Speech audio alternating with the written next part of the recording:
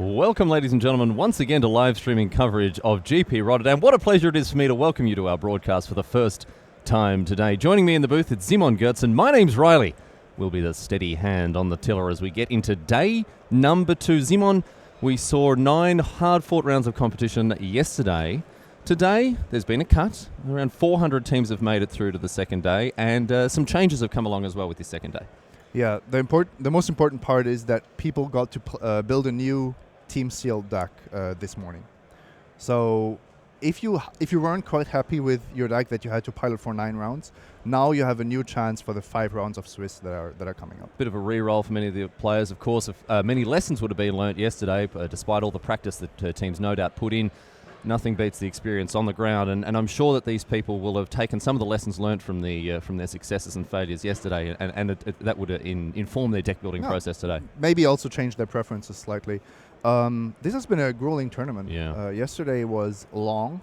There have been, as we usually see in team tournament, especially team limited, a lot of good teams rose to the top. Yeah. But there were also teams that fell by the wayside.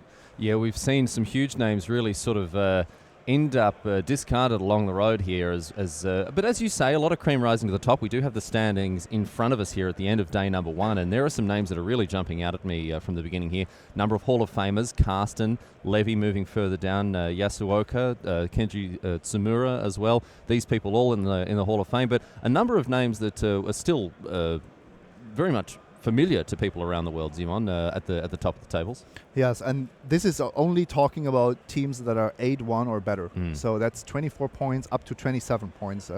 Of course, we only have one team that's actually 9-0. And we should maybe mention that if you are looking at 5 rounds today, that's 14 in total. We believe that you should be aiming for a 12-2 record to secure a top 4 seed. This is not a cut to top 8. No, cut to top 4 teams, meaning that you really, really have to be very sparing with those losses. It's going to be difficult for any team that picks up any more than two losses to sneak in, and even some of the X and 2s might not even make it, depending on how things go with the breakers and with how things pan out. It's too early to tell. This is a 700 people, or was a 700 team tournament. Also, there are no buys, so that changes the math. Cutting down to 4 is almost like lacking another round. You know how every round basically halves the competition. And yeah, the names you mentioned, the Hall of Famers, is one thing, but I also see a lot of battle-hardened team veterans. I also see a lot of World Magic Cup team members. So this is going to be a really high-level day. Yeah, just to expand on some of the people in the sort of in the running here on 24 points. I also forgot to mention PV as a Hall of Famer up the top of the tables as well. Shahar Shenhar, Andrei Strasky, Alexander Hayne, Jeremy Dazani. Saito's up there as well. So some really, really big names. And speaking of big names, my friends, it's time to kick it down to the feature match area for round number 10 of GP Rotterdam. Let's get to it. It's time to get underway.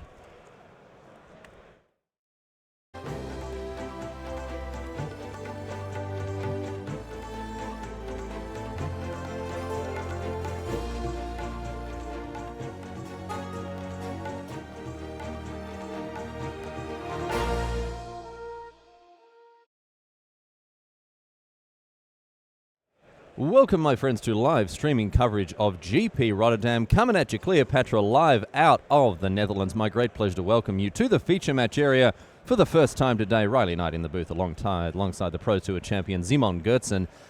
And I tell you what, we're not lacking in Pro Tour champions this weekend, Simon.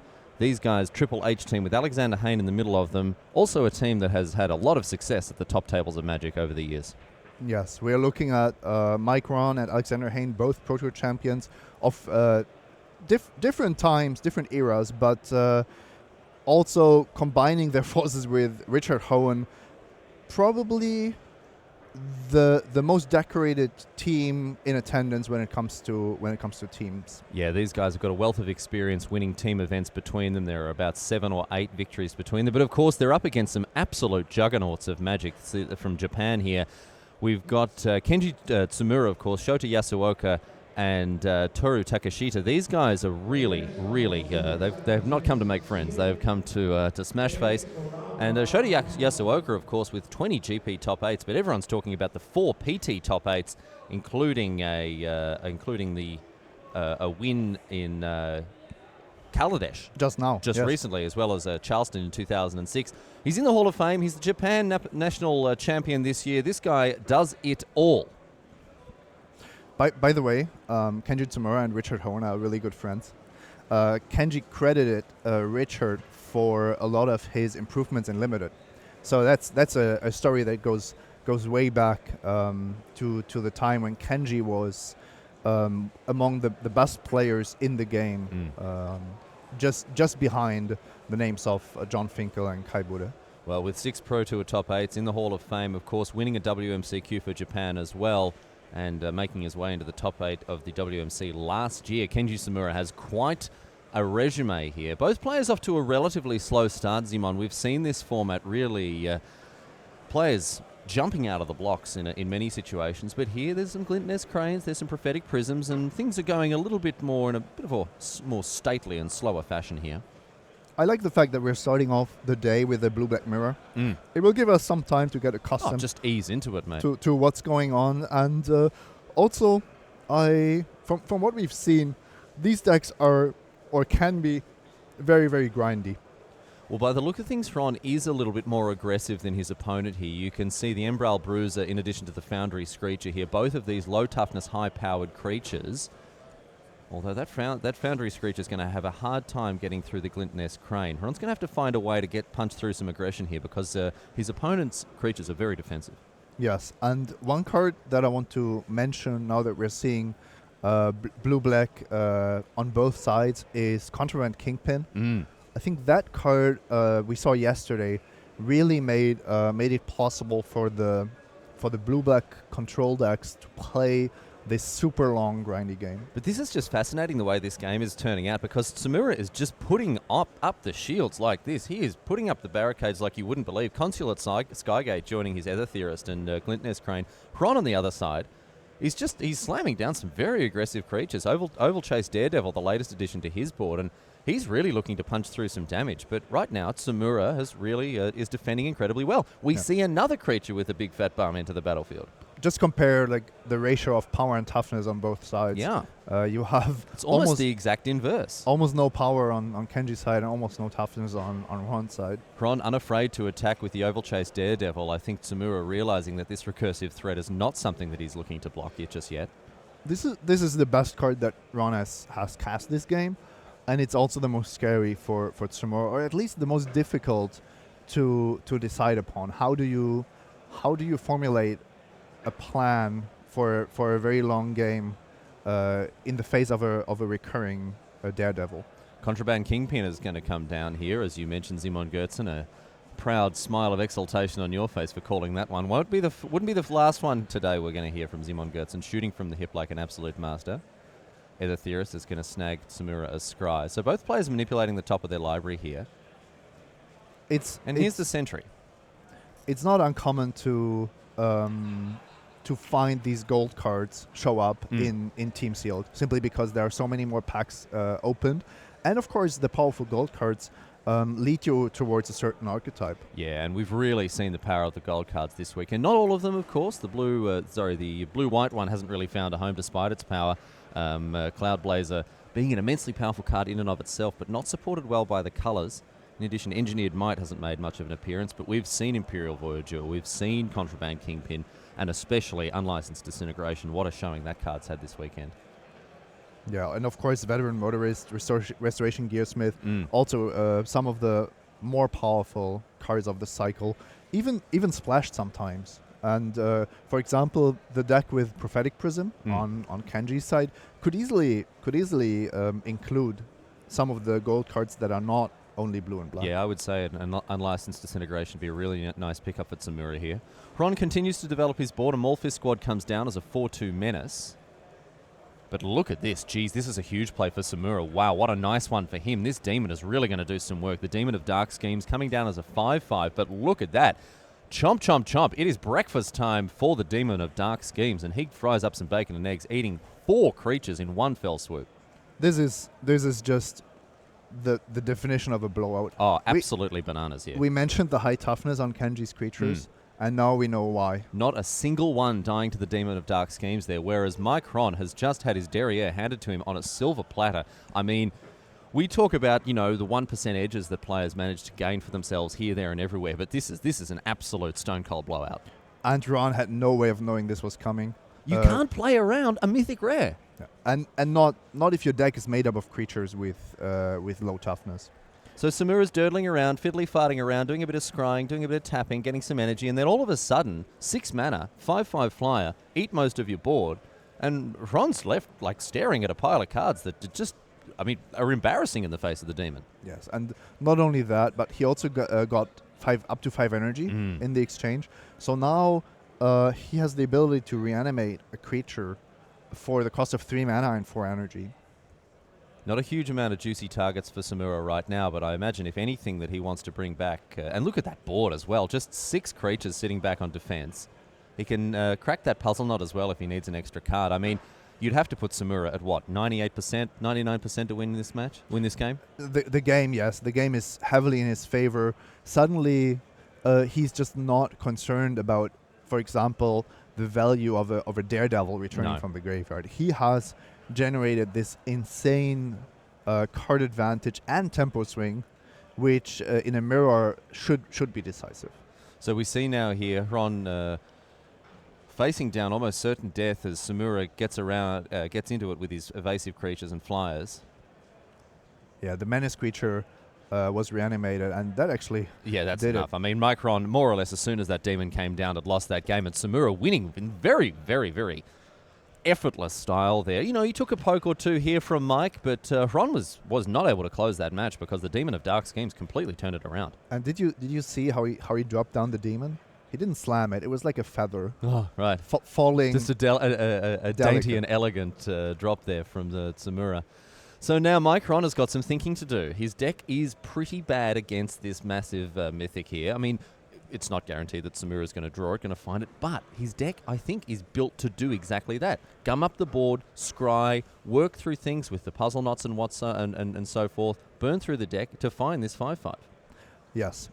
You can hope, as you said, that Kenji doesn't find it. You can hope that the triple black casting cost of Demon of Dark Schemes is a problem. And otherwise, I suggest some heavy sideboarding in such a spot if you really want to maximize your chances at winning not only 1 but 2 games in succession. Yeah, all those X1s, X2s become a huge liability in the face of the demon. So well done indeed to Kenji Samura, leveraging his cards in an effortlessly expertise way. What really struck me about the way he played, he was never under any pressure. He was dictating the terms of the game from the very beginning. Yes, this is another topic. The Daredevil, was far from being a real threat at the point that the demon came down. And what's important to note here is Mike doesn't want to make his deck more defensive. If he puts in more defensive, higher toughness creatures, his chances of winning the game don't actually have to increase. So what I would suggest in such a position, and I'm sure Mike is aware of that, is to scour your sideboard for cards like Revolutionary Rebuff or Failed Inspection to actually counter the demon. Yeah. Because it's the number 1 threat that you have to deal with. Yeah, and those are also cards that Samura, if you're putting pressure on, isn't going to be able to play around. You're going to slam the demon when it's going to try to be advantageous for you. And if your opponent's holding up 2 mana, well, maybe you can put them on the counterspell, but playing around Revolutionary Rebuff, waiting 2 turns, that might be too late. It might even be more than 2 turns. Yeah. Because going from 6 to 8 mana, usually you need more than 2 cards to do that. Let's check in with another game here. Richard Hohen facing off against Toru Takashita here. Takashita getting things underway with a tune with the Ether and a Rhino to follow things up. That's a nice one for him here. On the other side of the battlefield, it's a Fire Spinner, of course, with wearing some goggles. Safety first, says the Fire Spinner. Or Fire Weaver, I should say.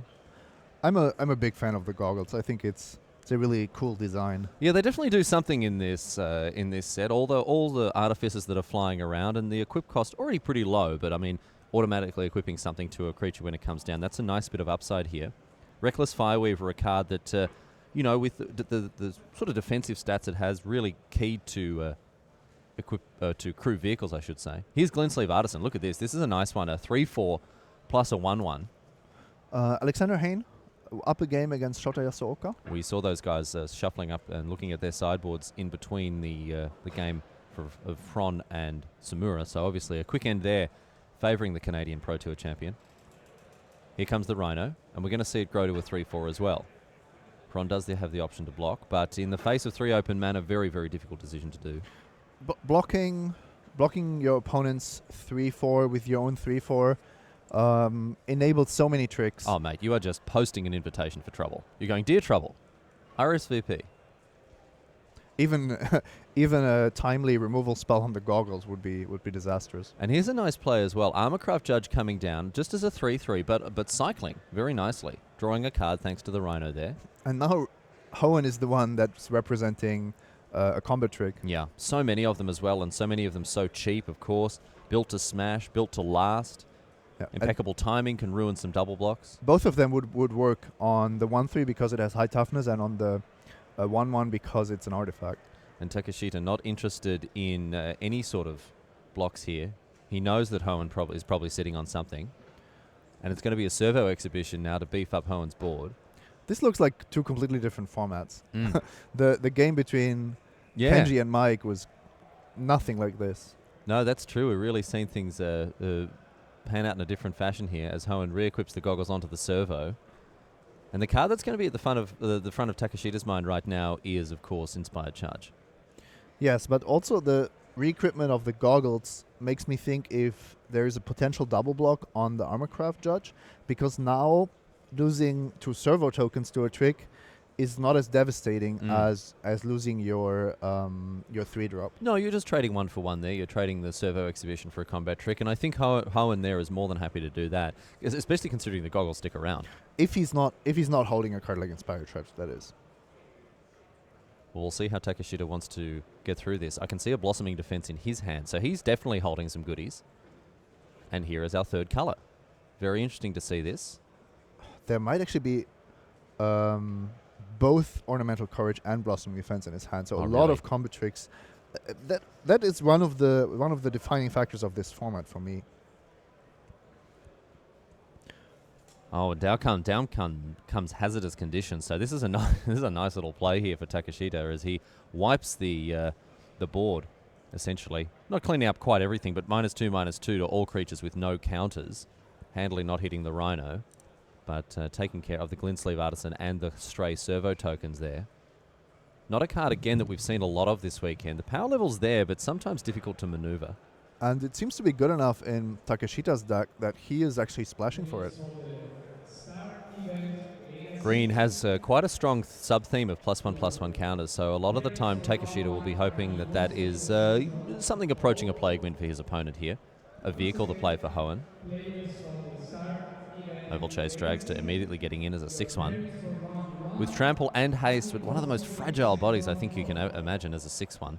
But almost the perfect response to what Takashita was doing, but Takashita has exactly the right answer again.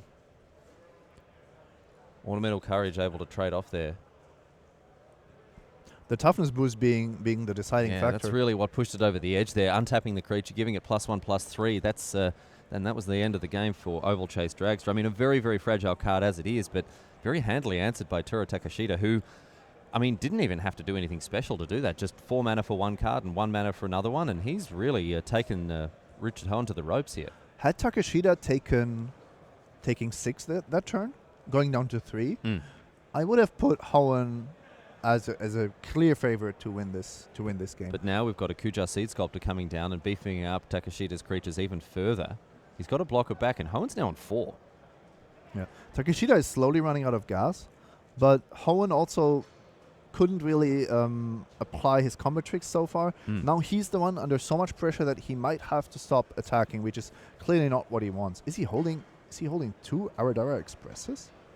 That would be quite the surprise. 2 copies of one card I can see in his hand. It does look, it looks like an artifact of some kind.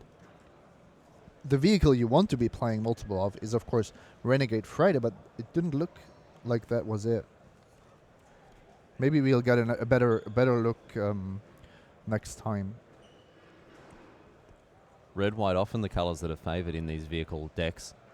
Many cards with a fair bit of upside when it comes to crewing vehicles. Of course, veteran motorists, but chuck a Tapala in there if you're lucky enough to open one of the dwarfs.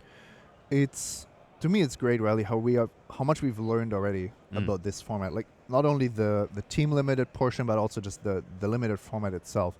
You see really how the games develop and what are the deciding factors. And ultimately, I don't think we've seen a lot of games where the person that stopped attacking was ultimately victorious. No, you've got to be aggressive. You've got to get on the front foot. Even in such a position where you're clearly behind on board and on life total, it's the correct play for Rich to press for even at least 2 points of damage and really, keep his hopes alive. Yeah, basically. take the fight to his opponent here. Glintsleeve Artisan, a nice provider of 2 bodies, in addition to a trigger from the goggles here. But Nissa, Vital Force is in the hand of Takeshita there, Zimon. He just drew it, yes. This could turn the game right around. Yeah, there is the powerful Planeswalker, and it looks like Takeshita's playing 4 colours. Splashing black and blue. It might actually be splashing all 3 colours here, because the mountain was taken off attune with the ether.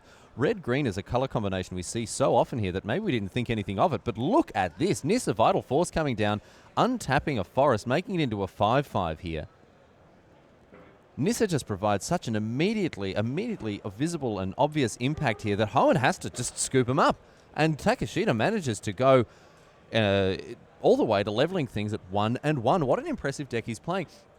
From my estimation here, we didn't see any strong indication of which color he was playing second. He's going through his deck here, and we see that there are more red cards, so it's a double splash. It's red-green with a double splash. Yeah. Which also is actually sometimes more consistent than going for a triple splash in a mono-green deck.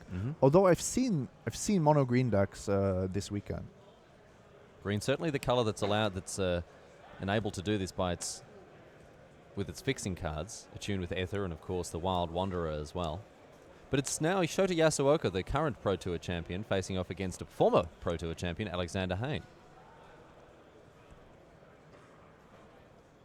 You can see a durable handicraft on the battlefield for Alexander Hain, and that's enabled him to put a +1/+1 counter on any creatures coming into the battlefield.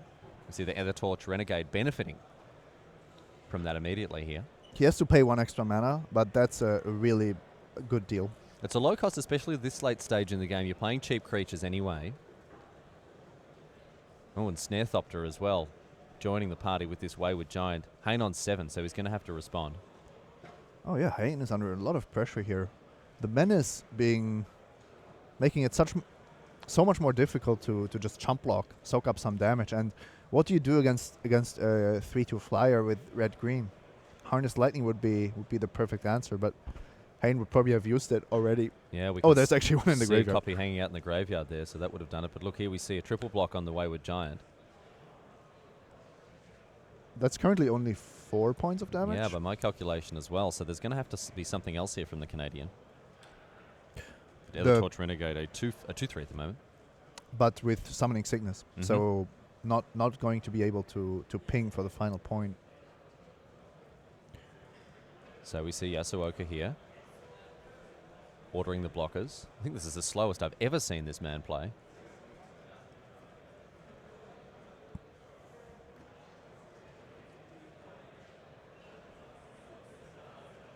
And Hain now, here we are with the Pyrohelix finishing things off. So a tidy little wrap up there for Hain, but he's been under a lot of pressure here, obviously, down to 4 thanks to the hit from the Snarethopter.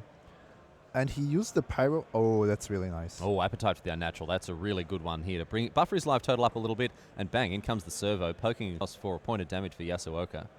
Awesome exchange of resources there. Using his 2 spells to deal with everything that Yasuoka had, and bolstering his life total. Yasuoka, though, not without an answer. Quicksmith Genius coming in. And that's going to help him smooth out his draws a little bit. Obviously, holding those 2 cards means whenever an artifact comes in, he can rummage, discard a card, draw a card. And look at this. Armorcraft Judge comes in, gets a +1/+1 counter.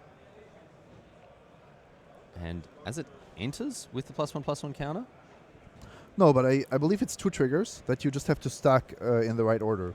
So, Armorcraft Judge.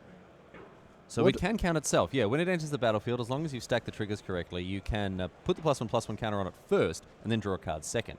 Little edge case there, and Hayne makes sure to gain any advantage he can. We see the Quicksmith Genius come in for 3 after Revoke Privileges. Keeps the Judge on the sidelines here. Servo coming in. Hayne unafraid as he plays a Pima Outrider. This is a nice one here. Wow, that's actually a lot of value with the durable handicraft. Look at this, yeah, a 4/4 and a 2/2 coming in. Durable handicraft, a bit of a dirtle sometimes, but here you can see its power. As Hayne has really mounted a pretty huge board here. I think that's a card that's very easy to underrate. The handicraft is something I really like. Well, you just look at it and you think, oh, you're playing creatures off curve. You're not going to have time to do this mana here, there, and everywhere. But in the later stages of the game, it's really shining. If you play it on turn 2 and you delay your curve by 1 turn, you are getting a glorious anthem for your troubles. And it has a late game application as well. Yeah. By offering the additional counter on everything. The old Gavany Township at the end of things, yeah. And then we're not even, look at all the synergy in Hayne's deck. Yeah, it's really nice to see the way that things are working out here, because this Fairgrounds Trumpeter is going to go up again now to a 4/4, because it once again counting itself, the +1/+1 counter that was placed on it. Handicraft has synergy with Armorcraft Judge, with the Trumpeter, and with all your Fabricate creatures. So everything that Hayne has done, and look at his graveyard, he's played some really powerful cards. It's actually pretty, or it was pretty impressive that Yasuoka was still in this. 3 lands in hand, of course, not enough to beat Hayne's board presence. Yeah, so Hayne really stabilizing incredibly well there and taking it out in straight sets against Yasuoka. Yasuoka will be disappointed with that. I really felt like he had a dog in that race. He was pretty close to sniffing victory there, but Hayne was able to come back, and I think Durable Handicraft really helped him turn the corner. Yes, and but first he needed those instants to actually clear this opposing side of the board, which didn't look like he would be able to do at first. I think the key play there for Hayne was the appetite for the unnatural. That buffered his life total, got rid of the flying threat, and put him in a good spot to take it home. So well done indeed, Alexander Hayne, buffering his team's win rate here, going to 2-0. Hoenn and Takashita still tied up at 1-1, and Tsumura now looking to capitalize on his Game 1 victory against Micron. Tsumura needs to win, but if Hoenn wins this game, it's already over. So this is Hoenn's chance to just take it home for the Triple H team. Only planes, maybe not the perfect spot. Gear Shift Ace, in addition to the Glint Sleeve Artisan. It looks like a Servo exhibition may have generated those two, and here's a Sky Whaler shot to take care of the Pima Outrider, so Takashita punished a little bit there for not putting the Servo token down instead of going for the Fabricate 1. You could see that Hoenn was considering using Sky Whaler's shot in his upkeep just to get one draw step closer to the mountain he's looking for. Glint Sleeve Artisan in for 3 now. The rest holding back. Gear Shift Ace so good on defense thanks to First Strike here. Well, not so good against a 2-3, I suppose. I absolutely agree, by the way, with the decision to make Pima Outrider a 4/4. When you're facing a board of a 3/3 as the largest creature, it's just dominating the board and forcing the opponent to actually have something to deal with it. Takashita now, you can see the swamp in his hand. We're still curious to see exactly what goodies he's going to uncover with his 4-color deck here. I have the feeling that the Japanese team put a lot of power in Takashita's deck. To be completely honest, and I don't mean this with any disrespect, he is the unknown quantity on this team. Kenji Tsumura and Shota Yasuoka, no questions asked. Right? I don't think it's an insult to Takashita to say that he is the least well-known player on a team that has Hall of Famers, Pro Tour champions, people with resumes as long as your arm.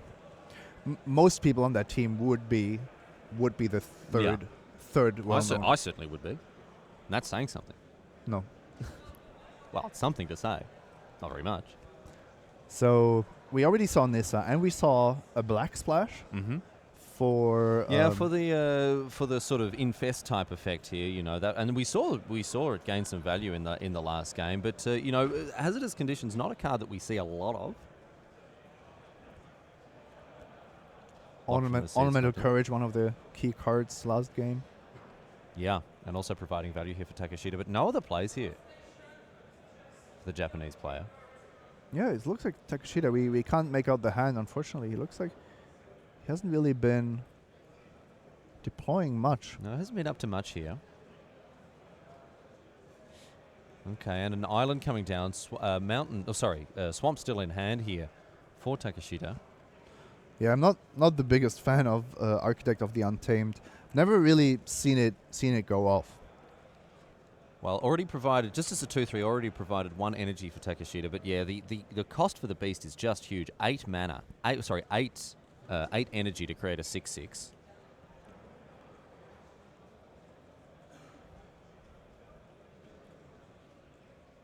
Armorcraft Judge drawing a card once again. Another energy counter for Takeshita. He goes up to 4, halfway towards the 6/6. But even then, it's not such a big payoff. No, 6/6 ground creature, even on this board, it would be a threat, but it wouldn't be. It would be far from unbeatable. Richard really needs time to get out of his mana stumbles, but he's playing a matchup that he wants to close. Well, he doesn't want it to go too long. He's facing off a deck full of powerful cards. Toolcraft Exemplar. And here's hazardous conditions. Oh, look at this. Oh, unbelievable here. Hoenn, his board absolutely ruined. As we see now, an attack with the Seed Sculptor and the Armorcraft Judge. Hoenn's going to take it here. 3 damage coming across. And Hoenn down to 17. Of course, that Judge was shrunk by the hazardous conditions, down to a 1/1. Chief of the Foundry not able to profitably block it. If Takeshita wins this, Hoenn just has to pass the turn. Simon Gertzen. 3 planes only against. Look at the value on Takeshita's side of the board.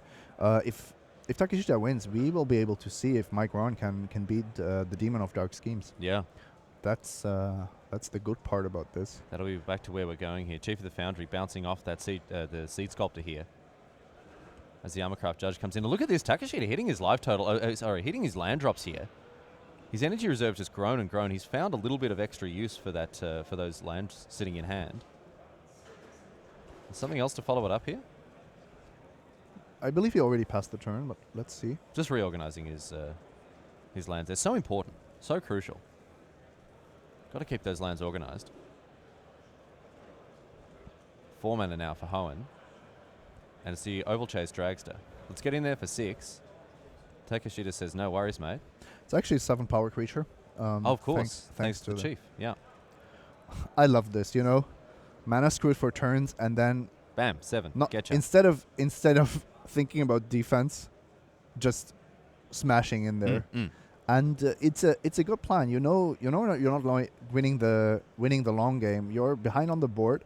Your opponent will get a 6/6 at some point, and yeah, what do you want to achieve? I much prefer this approach, which actually has a good shot at just winning if you're holding a good combat trick or a pump spell, because of the trample damage that's threatened. I think he's got Takeshita on not having much in hand. I did see that he drew a non-land card by the look of things. Up to 7 energy now. The key, the old D12 coming out there. The key part here to me is that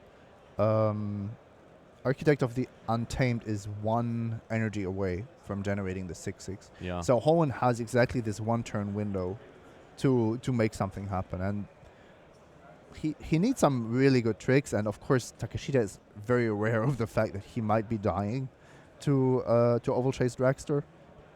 We are not going to see Timur Battle Rage or something along these lines, but a removal spell, a well-timed removal spell on a blocker, maybe a pump spell, that could be enough. The Architect of the Untamed comes in here, in for 2.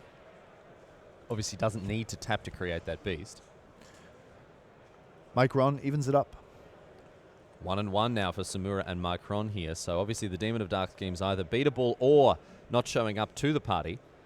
Samura's deck seemed incredibly well set up to do what it wanted to do, but I'm intrigued to see how Hron managed to navigate through that.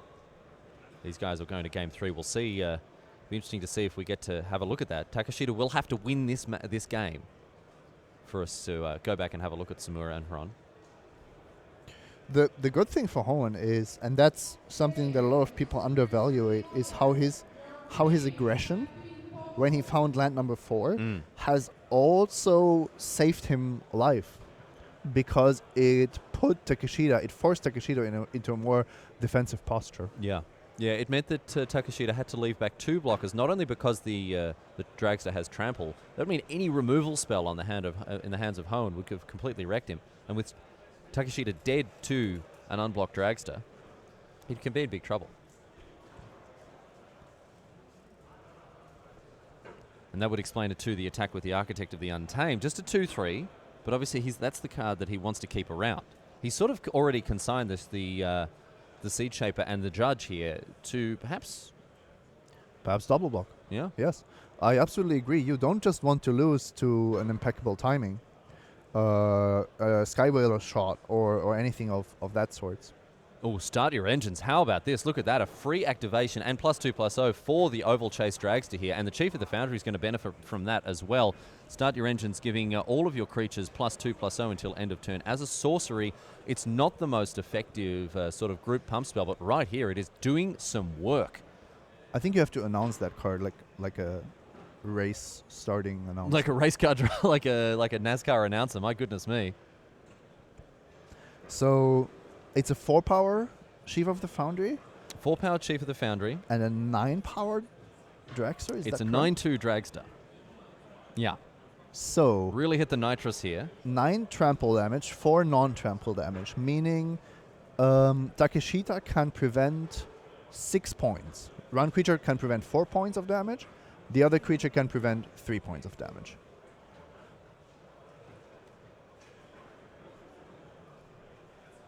And that would leave Takeshita alive, but dead to a build to last. Yeah, dead to absolutely anything really here.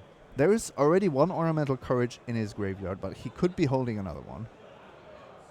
He seems very high on these kind of combat tricks. It is Ornamental Courage here, so we see the Architect get untapped, and looks like we're going to see a double block here as well. So Takeshita did have this planned out all along. Hoenn now, with his board more or less come to an end, and now Takeshita has an opportunity to really turn the corner here. 1 land is going to mean that a beast can come down, so any draw is live. But had Hoenn had the build to last, it would have been the reverse. The Architect would have died, and Takeshita would have had almost nothing on the battlefield. Thriving Rhino providing the final 2 energy here, so Hoenn is having a look at Architect of the Untamed, and he's come to the same conclusion that we have. A beast can come down. 9 energy. Good to see that D12 getting up there. Obviously not getting a lot of love, the D12s, unless you're an Orc Barbarian with a Great Axe. We're not often rolling D12s here. We shouldn't count Rich out here. He is actually not that far away from racing this board. He has managed to find a way where he is actually threatening lethal next turn. Look at this. This is not something you see every day, my friends. A beast coming down as a 6/6 from the Architect of the Untamed. Just a 6/6 though, no trample as you mentioned. So Hoenn, if he can keep up a stream of creatures, he's got a chance here to get it done, because this Fireweaver, the Fire Spinner I should say, in addition to the Flyer, that's a lethal attack. He needs only an artifact, and he has a chump blocker for the 6/6. So even if he doesn't block to make sure that none of his other creatures die, he takes only 5 from the green creatures, chump blocks the beast, which is the weakness of the Architect in this particular format. 6/6 without trample, without evasion is just relatively weak. I wouldn't be surprised to see the servo jump in front of this beast here, but Hoenn may be playing with fire. He may be happier to go down to a lower life total here. In his hand, Pia Nala. That's it. That's all he needs. That's the key. That is the key to the door here. Hoenn may be unlocking it and pushing his team over the edge. Pia Nala able to not only generate an artifact, but also prevent blocks from happening for Takeshita. So very, very, very choppy waters here for the Japanese player. And Takeshita is signaling weakness by leaving back his two 3 creatures. I'm actually surprised that we are not seeing an attack by one of them. I don't think that the Fireweaver would have dared to block in this close of a spot. Hoenn seems to know that he's so close to victory here, just sniffing at it. How did he do it? He was always on the receiving end of these exchanges. He started his engines. Yes. That was it. He had the guts to just play the oval chess Drexler, hit his opponent for 7. That was it. And then next turn, stuck the key in the ignition, hot and fresh out the kitchen, and that was it, across the other side. And now the attack. Here's Pianalar for the final point of damage. And that's it. Takeshita packs up the cards. Well done, Richard Hoenn, pulling it out of the bag. What an impressive play from him. Unbelievable stuff as Triple H maintains this unbelievable run. X and 1 Simon Gertzen, so impressive there. You know what I read on Twitter? Tell me. Alexander Hoenn is really lucky to have booked another GP victory. Yeah. He's sitting between two of the most accomplished team players in the world, and you can see them. They're very happy to have won that match. Look at that. Smiles all around for these blokes.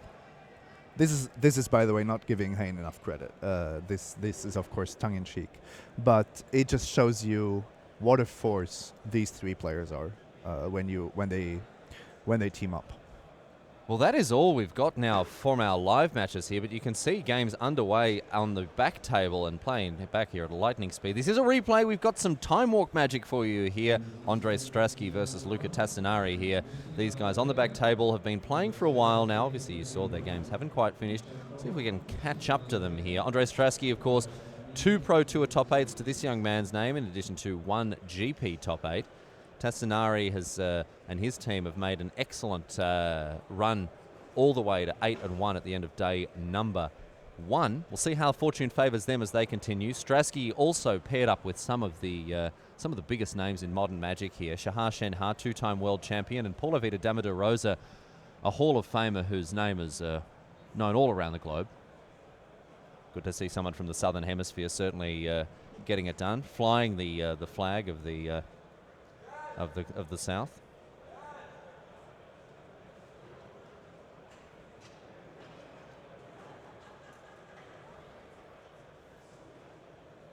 Strasky off to the start with a thriving turtle now. Tassinari also not a particularly blinding start from him.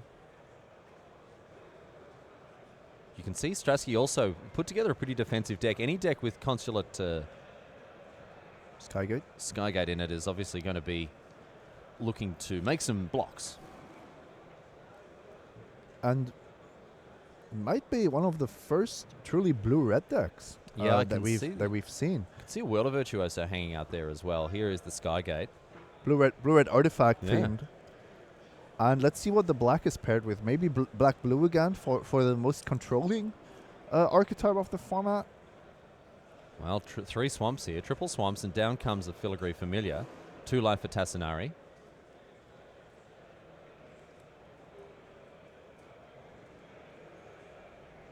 Strasky now revealing his second colour, and it's going to be Whirl of Virtuoso. This is a card we've seen do a huge amount of work. Combo potential for this card with the modules and such nonsense. It's also a really good deal to trade 3 energy for a Thopter. Yeah, 3 mana for 3/4, one of which is flying. That's great. I would usually much rather have 2 flying 1/1s than some more counters on my creatures, because especially on ground creatures, they will stop mattering at some point. Tassinari now, Morphis squad. And we're going to snag a servo token by the look of things. There we go. And Strasky also putting a 1/1 artifact creature into play. His has flying, of course. Interesting that Luca was not interested in a 4-power creature. On this board, it would have seemed like more likely to actually accomplish something. Here's an attack now for Strasky. Attacking for 3. The Virtuoso coming in with the 1/1.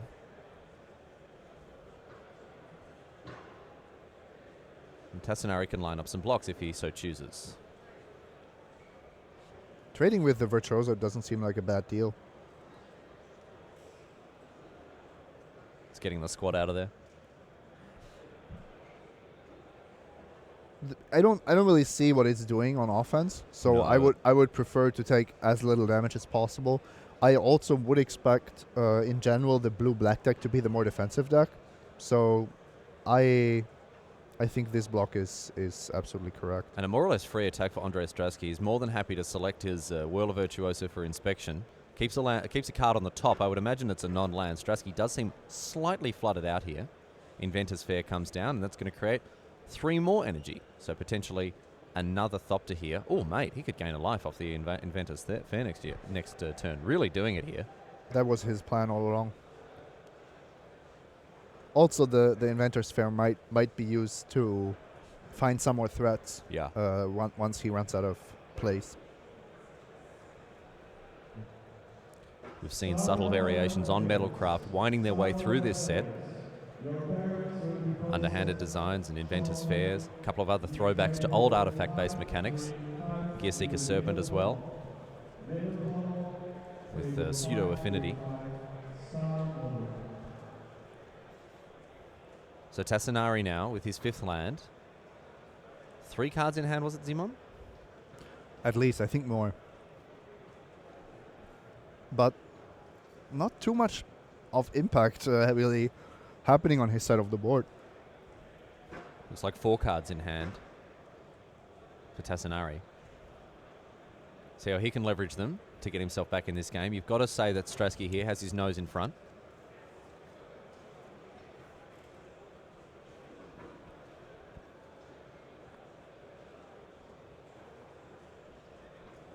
And Tassinari with some thinking to do here. Often we see these blue-black decks very defensive. I would put my opponent on eliminate the competition based on the fact that Tassinari preferred the servo token over the 4th power, and the fact that turn 5 is where he really took time to think and to evaluate the current board situation. On the other hand, there's really nothing you would want to eliminate at that stage of the game. No, all these creatures unimpressive on their own. Perhaps the Whirl of Virtuoso, again with ways to abuse it, can be used most powerfully. And Gearseeker Serpent, the draw for Stratsky here. So he can actually cast this just for 4. He did gain a life from the Inventor's Fair. I'm concerned about the long-term prospects of Tassinari's game plan. Yeah. What do you like? Currently, all your cards are trading negatively against what Stratsky is doing. Your bat, your Screecher is not going to trade favorably with the tokens created by Whirl of Virtuoso, and you still have to deal with a Gearseeker Serpent and whatever comes out of the Inventor's Fair. Although that might improve and eliminate the competition should it be in Tassinari's deck.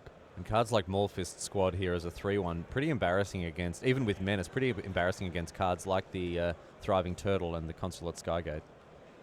Not really doing a lot. Interesting situation, both chairs being empty. Oh, hello. You Didn't even know. I was so absorbed in the battlefield here, I didn't even notice that these 2 players had got up to... well, it seems like something is going on in the feature match area at this juncture.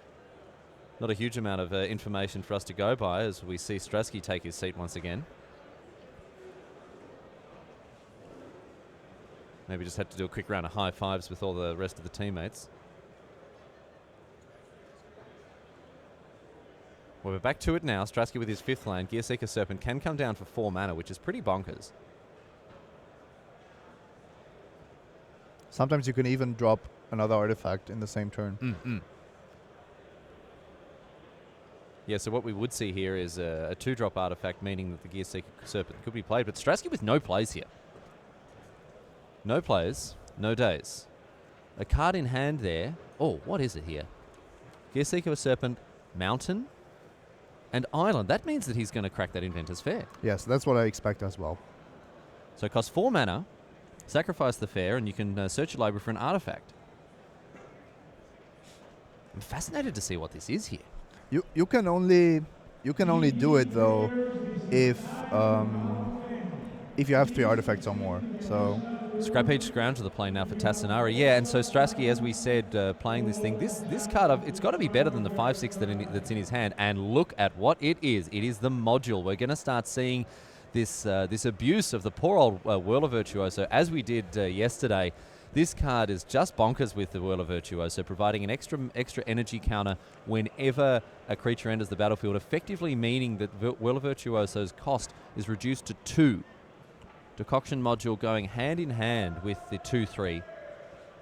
Also allowing you to bounce a creature. Yeah. So you basically swarm the board with Thopters, and certainly cheaper than the Whirler Maker on Luca's side of the board. He will have to pay 4 mana for every Thopter that he wants to create. Yeah, Whirler Maker, the definition of of a slow and grindy situation here. And now we see the Gearseeker Serpent coming down for 3. That is very, very tidy play from Andre Strasky here, leveraging his cards in a very, very nice way. And I think Whirler Virtuoso is poised to take over this game. Luca does have a turn here. Oh, he draws another swamp. He really wanted a second blue source, if I'm not mistaken. Some of the more powerful blue cards to deal with opposing permanents. Double blue, Confiscation Coup, and others. Yeah, so Healy's Artistry can also throw a huge spanner in the works here. But right now, Tassinari, perhaps a little starved for blue mana. It's interesting how artifacts make it easier to keep certain hands that are lacking a color, because you are more likely to be able to cast your spells. But of course, these situations where you just fail to draw your second blue source can still be devastating. Now we're going to see a bit of a switcheroony here, as Tassinari attempts to leverage himself into a better board position here, thanks to a shared negotiation. This 5-cost sorcery enables you to exchange an artifact for a creature or an artifact your opponent controls. So we see Tassinari snag the Gearseeker Serpent off his opponent, in exchange giving him a servo. Not a fair trade, you would say. Was the 2 damage in the air now with the Thopters. Was the Gearseeker Serpent the most scary card on the battlefield, though? Not 100% sure. I really think that Whirler Virtuoso is poised to make a big play here. But Experimental Aviator is also a very nice one with Decoction module. At this stage, Strasky's in a position to make 1 more Thopter. Won't be able to make a second one without any more energy.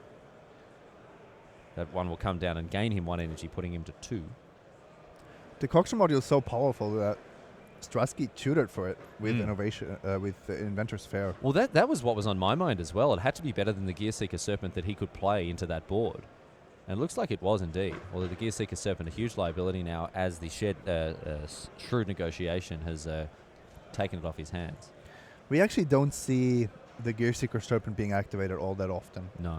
It is good to deal the final points of damage, but you can't afford the tempo loss of just activating it, I don't know, 3 times. That's right. The decks that play it tend to have better things to do with their mana turns in, turns out. And if you don't, it's actually a bad sign for your current game position. Scrap Heap Scrounger getting blocked by the Consulate Skygate. Obviously, that attack there more or less free, thanks to the fact that the Scrounger not only can come back from the bin, but also can't block. It's important to send a message. You could have actually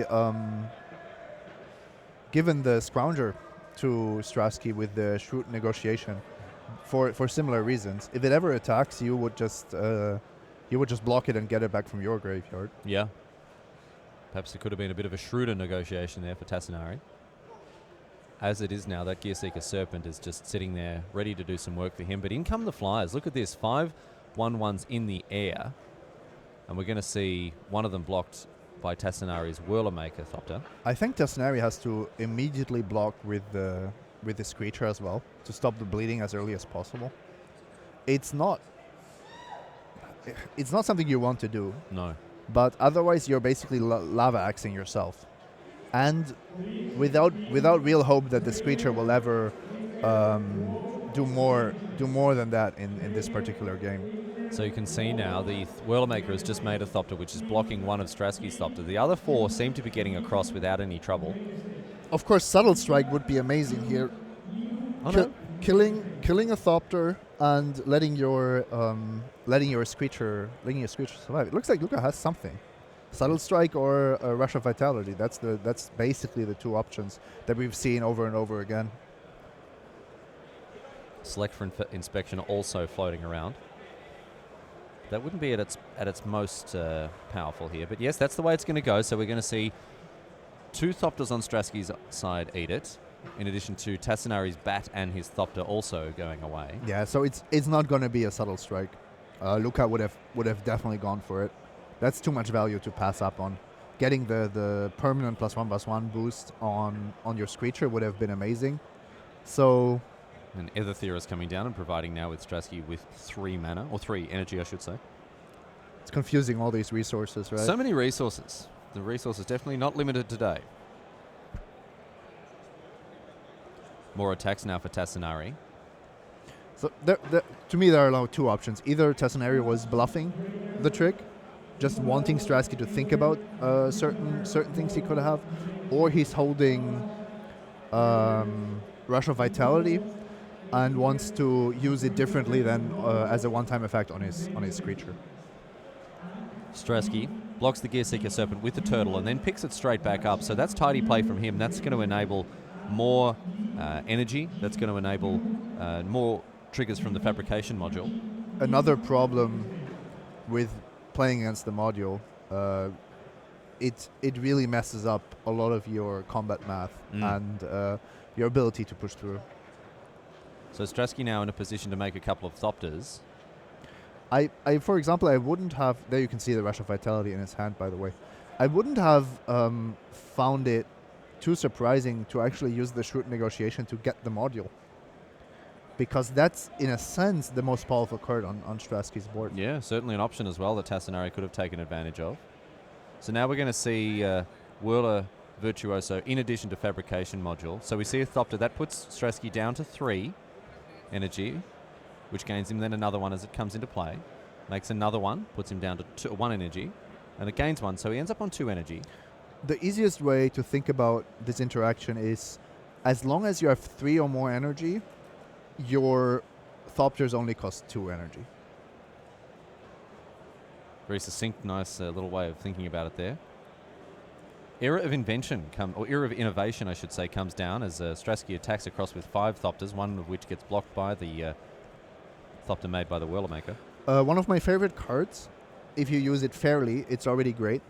If you combine Era of Innovation with Roller Rogue and Decoction module, you just go ham.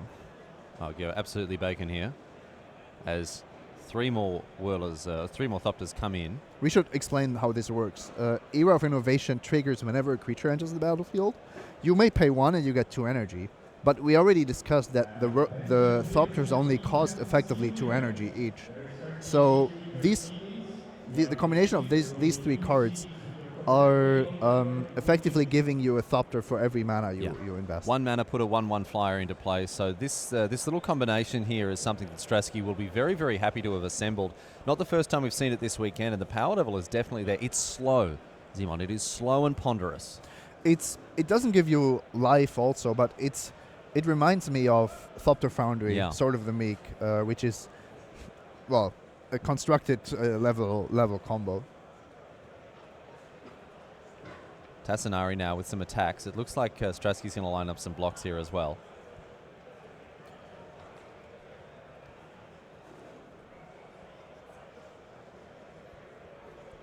And that's that.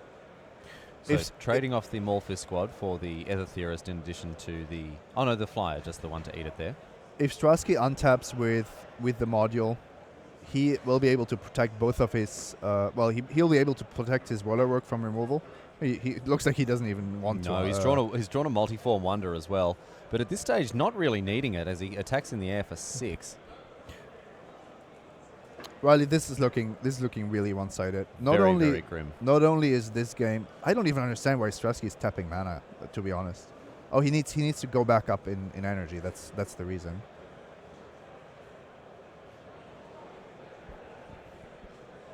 But look at the game results. Tassinari, Bevera, and Penigata on 0. Yeah. PV already having won 2-0, Shahar leading, and Strasky going off against Luca Tassinari. So this is not looking good. It's not looking good for the players on the right-hand side of your screen here, but against players of this pedigree, PV, DDR, Shahar, Shenha, and Andrei Strasky, these guys, they don't come to muck around. And now we see another Thopter entering the battlefield thanks to this combo. Era of Innovation, Whirler Virtuoso, and Fabrication Module, as we've said. Enormously powerful combination. Strasky shortcutting a bit here, just saying, look, I have 4 energy, I can make a Thopter for the 1 mana that I have available. Looks like he's figuring out how things are going to pan out with this attack.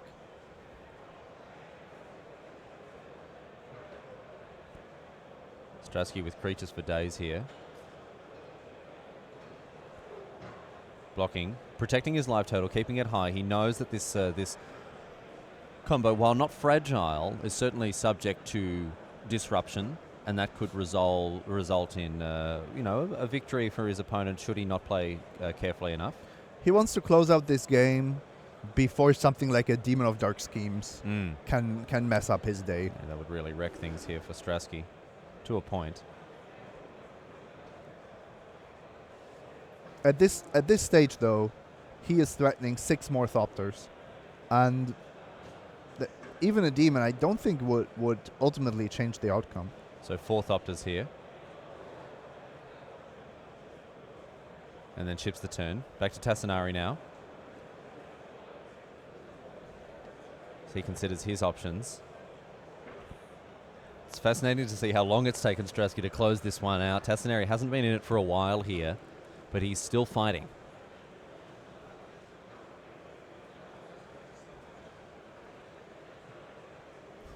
And it's 4 mana for Demonic Tutor here. Let's see. Got to be good. Or it's even my best card is not going to help me. So Demonic Tutor. How about make obsolete? Creatures your opponent control get -1/-1. They had to dig him out of a little bit of this hole, but I mean, it would just mean that Andrei Strasky could continue to... This is not what you want to be doing when you're casting this tutor type effect. You want to know exactly what you're snagging. You want to know exactly what you're getting. It's a temporary relief only. That's the problem. So Diabolic Tutor here. And after that now, the 5th land and an attack. And Strasky once again protecting his life total. These Thopters have been brought in to dive bravely for the cause. Block, block, block.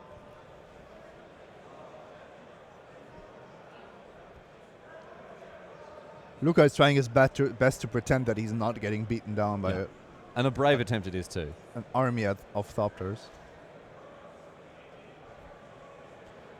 On So the other Strasky hand, taking 3 here. Andre is just... he has so many Thopters. He knows that he only loses if they die for some reason. So it's a good idea to just block with them as long as he can.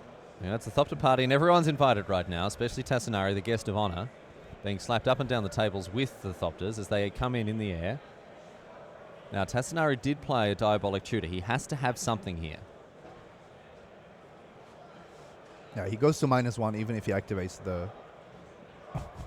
Just packs it up. Just packs it up. Strasky, I mean, with the bluffs, though.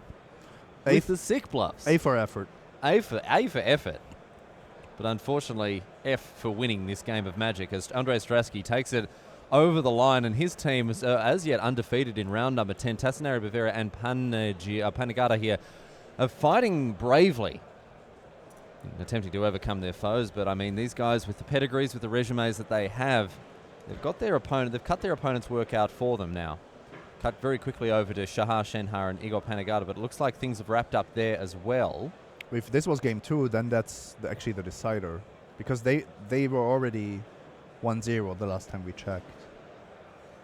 We will see if things get updated. Oh, they're shuffling. Yeah, Panagata has managed to get one up over the 2-time world champion Shahar, Shenhar. So a brief glimpse of hope here for the team on the right. And of course, the game we are currently watching is the one in the back, of course. already brought your commentary on Hron against the Japanese superstars. You can see PV there sitting next to Andreas Strasky, perhaps whispering a word or two of advice, or maybe just having a chat about what they're going to have for lunch. Excellent burgers on offer here at GP Rotterdam. Chips are pretty good too, Simon. That's what you come to the Netherlands for. Oh, the burgers and chips, mate. Come for the magic, stay for the burgers, they say.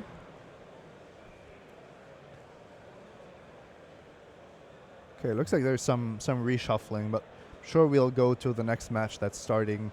Both the games between Andre and Shahar are potentially decisive.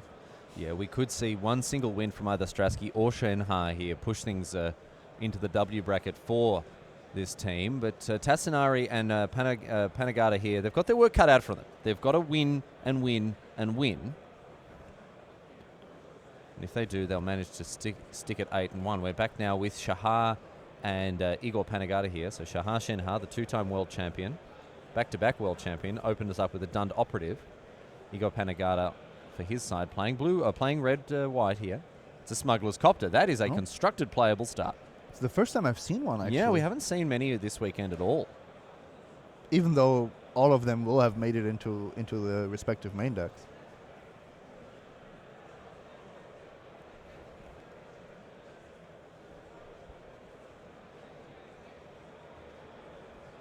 In with the Dund operative, says Shahar. No place. Maybe an appetite for the unnatural. Wouldn't be a bad one for Shenha here. I've spoken to a lot of people this weekend who are main decking their enchantment or their artifact removal here. Doesn't seem like a bad move. And look at this. Glensleeve Artisan's a nice one as we see the copter get crewed. And Shahar, there we go. Chomp chomp, he's a hungry boy. And he eats up that copter for breakfast there. Obviously a bit of an appetizer here for his burger that'll be coming later. Still a very nice curve and development for Panigata, who has gotten two creatures out of the artisan, one of which could trade for the operative, so netting a minimal advantage. Yeah, not too bad. And when your opponent follows it up with Prakata Pillarbug and no fourth land, you've got to feel like you're in the driver's seat here. Yeah, I don't have the highest of respects for the Pillarbug. It's a card that you put in your deck because you want to enable some artifact synergies, or you want to utilize +1/+1 counters. Yeah, but in and of itself, a pretty unimpressive creature. I mean, you know, gaining lifelink and getting in there, not a bad way to do it. But again, requires some support, Zimon. It's one of these cards which will always be in the range of 20th to 23rd. It's just a classic 23rd card. Yeah. It's a classic 23rd card. Speaking of 23rd cards, here's Eager Construct. Both players get to scry, and Shahar keeps his card on top, and that is the situation you hate to see. It's I like Eager Construct more because it's a 2-drop, and that can sometimes be a rare commodity. Whereas 3-drops in this format, you usually are not lacking. There is just a billion, million 2/3s and 3/2s for 2, or for 3, I should say. Shenha presumably keeping a land on top here. Or maybe he's got an aggressive enough deck that he can play off 3 lands. We'll see. Exactly. If a lot of the decks we've seen here is like that of Shahar, he might not even want a 4th land in the next few turns, or might not need it. There is the 4th land, and now it's a Fairgrounds Trumpeter. No synergy enabled so far for this card here. Also casting another 3-drop with after having played his 4th land. So Shenha definitely behind on tempo here as Panagata has options in hand. We saw him return the Glensleeve Artisan, but it's going to be something different coming down. We were talking about 3/2s and 2/3s for 3 here. So Quicksmith Genius the play for Panagata. Quicksmith Genius is one of my favorite cards in the set. I just love looting effects. He's just so happy with himself. That's what really perplexes me about it. He's built some sort of weird druid sickle. Happy Genius. He's really a big fan of himself, this guy. That's rare.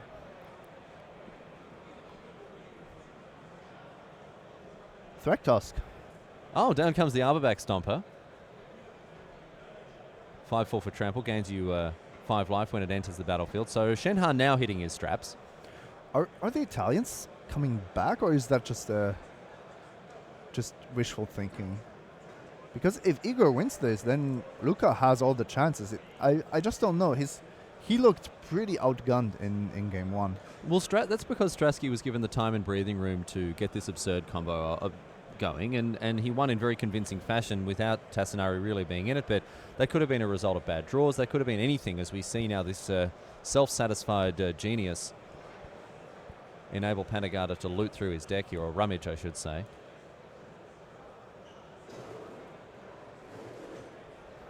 And it's back to Shenha. Renegade afraid of the play. Good on offense and on defense. One of the many reasons why it's such a good card in the format. The Freighter. Yes. Oh, we're all waiting for a train.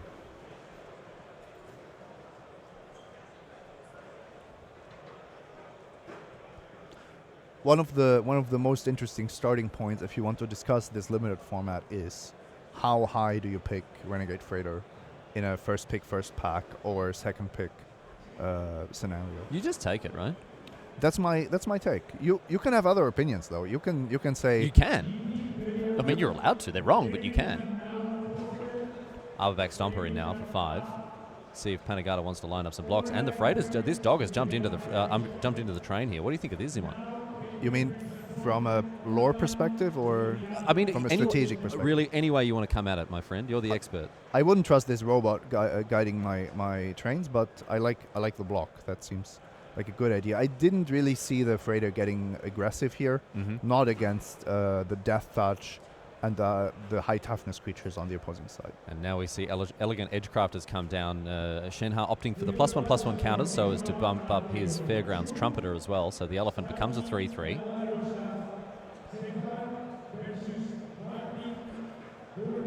Maybe we should be doing flavor commentary. It's important to sometimes check how reasonable the drivers of our vehicles are. Yeah, one of the grossest forms of flavor violations in recent times. You know, I've seen scavenging oozes picking up swords, which I find completely absurd in modern. But I certainly think a crab driving a train. My favorite is actually if you crew a vehicle to crew another vehicle with. That's absurd. That should be prohibited. My servo activating my Skysift to power my Renegade Freighter. Yeah, really good. His 9th Bridge Patrol. The little 1/1 that could, as we go back now to Shahar Shenha. Interesting decision to drop that creature when you have a rummaging effect and Quicksmith Genius available. You usually want to discard your low impact cards and your lands, but still at the same time, of course, go up to 5, maybe 6 lands to play the most high powered cards in your deck, the most high utility card in your deck. Which there might not be too many in a red aggro deck, of course. Luka Tassinari evens up in game 2. Yeah, even without having seen that game, my money would be on the prospect that Tassinari was able to just close it out. It seemed like we had a swifter end to that game there, and maybe Strasky just not given the opportunity, not given the breathing space he needed. Playing first is also not something that should be underestimated in this format. 3 mana for Shenha, and it's Die Young, or 2 mana, excuse me, after that attune with the Ether. I have to say, if this game develops normally, I have to say that I favor black-green, just from a matchup perspective. Yeah. Panagata really needs some good tricks, and also probably, I don't know, some mythic rare to really shake this up. Yeah, that's exactly what I was thinking as well. It's going to have to be some kind of bomb that pushes Panagata over the top here, because Shenha's going to be able to grind it out for days. Quicksmith Genius, he's not so happy anymore. Wipe that smirk off your face, my friend. I'm talking. Patrol becomes a 2/2. I'm talking Chandra or Angel of Innovation level of power. Yep. Yeah, the Angel of Innovation is exactly what I was thinking at this stage as well. Not a lot of easy answers for Shenha in his colours. Obviously, the black removal spell still flying around. And sandbagging one for a Mythic is not always where you want to be. 5 mana now for Panagata. Looks like he's going to continue to develop his board now with a Brazen Scourge. He's going to need to tap that other mountain as well. I think he meant to. So the 3/3 haste comes down. No attacks. And it's back to Shenha. This game continuing at a pretty leisurely pace here as both players struggle to find an advantage. You can just tell from Panigata's side of the board, they're 3 2-2s and a 3-3, and facing off against so many 2-3s and 3-3s and Death Touch creatures. So, yeah, it's... This game is sort of under a bit of a stranglehold here. We're seeing the players slow down as they try to find a way through here, but this board stall is just meaning that, Shahar at a lofty life total, 27, he could be the one to close it out potentially with his opponent on 11, but Panigata's just popped the shields up, and he's not in the best of spots to pursue an advantage.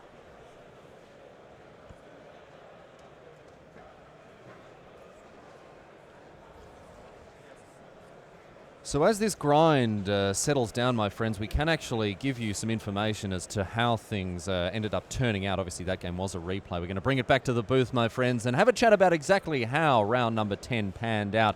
I've been told that the match actually went to turns in about 15 minutes' time from where our replay was, and Shahar Shenha did manage to take it out. We are ready for round number 11 now, so after a good result for our team pack full of superstars, we'll see how fortune favours them in the next round. Simon Gertzen and I, time for us to step out of the booth. You'll be in the very capable hands of Matej Zadelkai and BDM, the Pro Tour historian. So stick around, everybody, because plenty more coming your way right now. Don't go anywhere. We'll see you back here in a few seconds for round number 11.